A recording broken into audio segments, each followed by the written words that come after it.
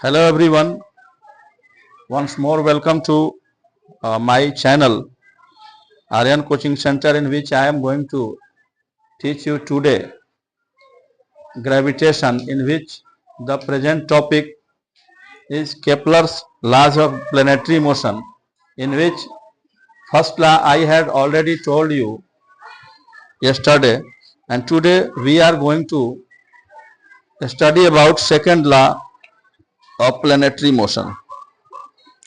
तो केपलर का द्वितीय नियम कहता है कि प्रत्येक जो ग्रह है वह सूर्य की परिक्रमा इस तरीके से करता है कि सूर्य से जो ग्रह को मिलने वाली रेखा है वह बराबर समय में बराबर एरिया तय करती है। दूसरा नियम क्या कहता है?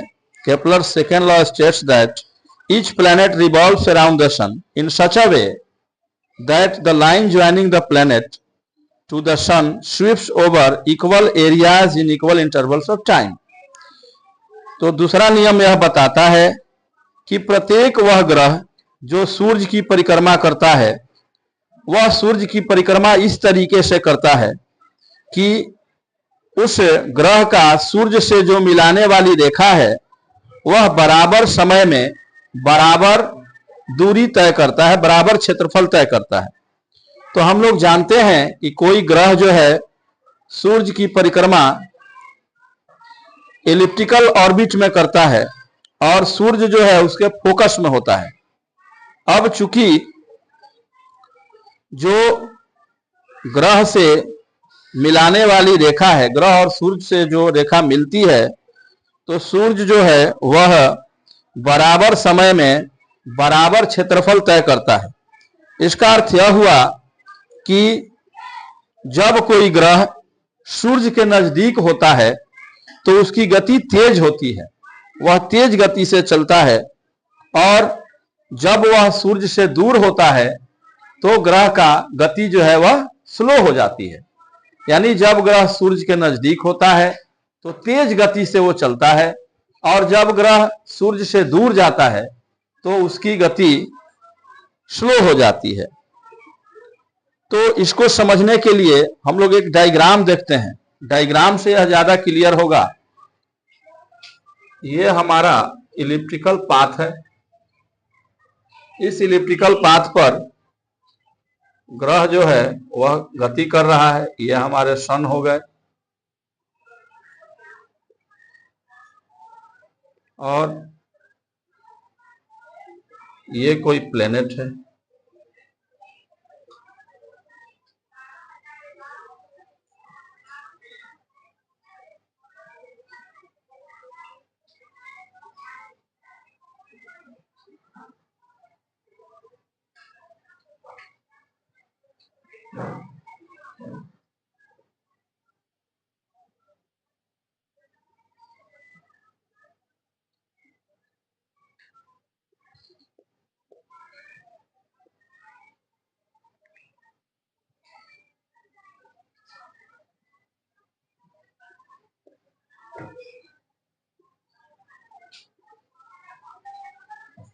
इस प्रकार से इस फिगर में हम देखते हैं कि प्लैनेट पी जो है वह सूर्य के चारों ओर इलिप्टिकल ऑर्बिट में गति कर रहा है। जब यह ग्रह सूर्य के नजदीक है, ए पोजीशन में जब यह सूर्य के नजदीक है तो यह तेज गति से गति करेगा और ए बी सी टी समय में यह एरिया तय करेगा। ए बी सी एरिया ये तय करता है। सी यहां ले लेंगे। ये इतना एरिया जब सूर्य के नजदीक है यह प्लैनेट तो तय करता है टी समय में। दूसरी ओर जब यह सूर्य से दूर पोजीशन ए डैश पर आ जाता है, ये ए डैश पर जब आ गया तो ए डैश पर जाने पर इसकी स्थिति सूर्य से दूर हो जाती है, तब यह स्लो गति करता है और उतना ही समय में ए डैश बी डैश सी दूरी तय करता है। ए डैश बी डैश सी दूरी तय करता है। ये एरिया और ये एरिया में बहुत अंतर है। यानी जब सूर्य के नजदीक कोई ग्रह होता है तो तेज गति से वो गति करता है, और जब सूर्य से वो दूर चला जाता है तो उसकी गति जो है स्लो हो जाती है। तो केपलर का दूसरा नियम हमें बताता है कि कोई भी ग्रह सूर्य के चारों ओर स्थिर वेग से गति नहीं करता है, स्पीड उसका जो है स्थिर नहीं होता है। जब वह ग्रह सूर्य के नजदीक होता है तो उसका स्पीड अधिक होता है, और जब वह ग्रह सूर्य से दूर जाता है तो उसका स्पीड घट जाता है। तो कोई भी ग्रह सूर्य की परिक्रमा स्थिर चाल से तभी करेगा जब इसका जो ऑर्बिट है, कक्षा है, वह पूरी तरह से वृत्ताकार हो। लेकिन हम जानते हैं कि ग्रह जो है वृत्ताकार पथ पर जो है गति नहीं करता है, वो इलिप्टिकल पाथ पर, अंडाकार पाथ है, परवलयिक पाथ पर वो गति करता है। इसलिए जब वह सूर्य के नजदीक होगा तो उसका स्पीड ज्यादा होगा, और जब सूर्य के दूर होगा तो उसका चाल कम होता है। इसे हम सेकेंड लॉ के नाम से जानते हैं, Kepler second law of planetary motion. तो केपलर का दूसरा ग्रहीय गति नियम क्या कहता है कि जब कोई प्लैनेट सूर्य के नजदीक होता है तो वह ज्यादा तेज गति से गति करता है, और जब वह सूर्य से दूर जाता है तो उसका स्पीड जो है वो कम हो जाता है। अब तीसरा नियम हम देखते हैं, केपलर का तीसरा गति नियम, ग्रहीय गति नियम क्या कहता है। तो केपलर का तीसरा गति नियम कहता है कि the cube of the mean distance of a planet from the sun is directly proportional to the square of time it takes to move around the sun. इसको समझते हैं। थर्ड लॉ क्या कहता है, तीसरा law,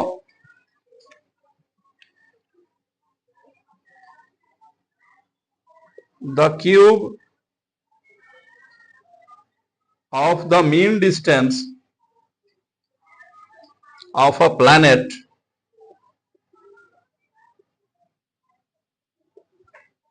from the sun is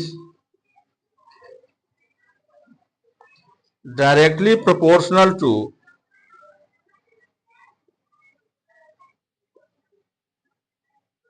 the square of time it takes to move around the sun. That means r cube varies t square.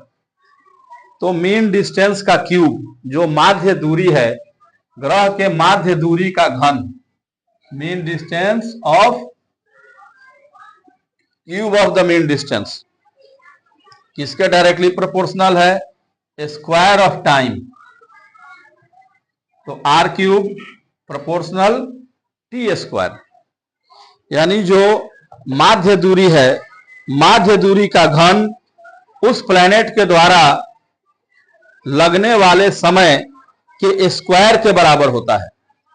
दूसरे शब्दों में, जब हम प्रोपोर्शन हटाएंगे तो एक कांस्टेंट जोड़ेंगे, कांस्टेंट इंटू टी स्क्वायर, और R cube upon T square equals constant.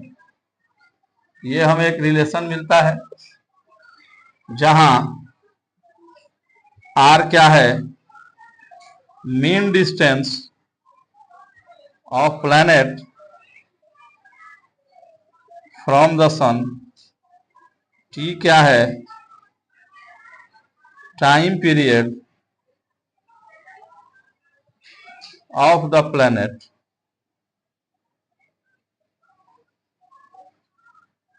Around the सन।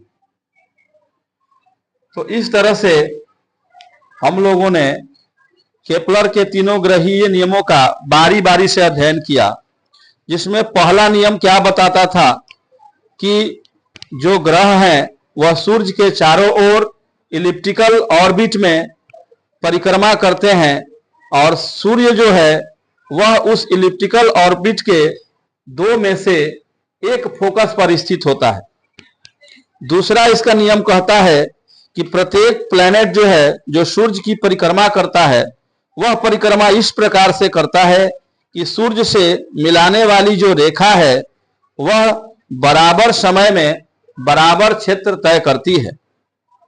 तीसरा केपलर का ग्रहीय नियम कहता है कि सूर्य से जो ग्रह है उसका माध्य दूरी का घन उसके द्वारा परिक्रमा करने में लगे समय के वर्ग के समानुपाती होता है।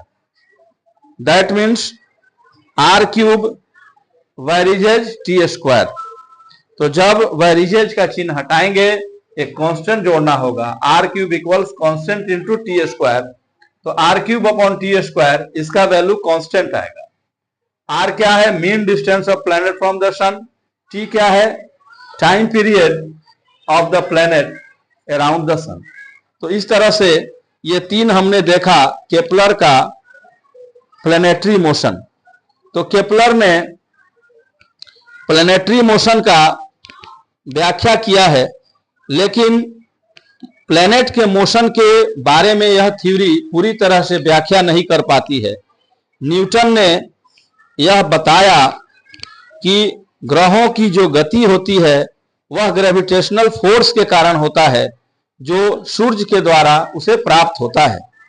तो वास्तव में न्यूटन ने केपलर के तीसरे ग्रहीय गति नियम को थोड़ा विकसित किया और उसी के आधार पर इन्होंने यूनिवर्सल ग्रेविटेशन का सिद्धांत दिया।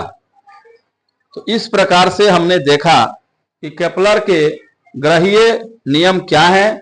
तीनों केपलर के ग्रहीय गति नियम का हमने अध्ययन किया।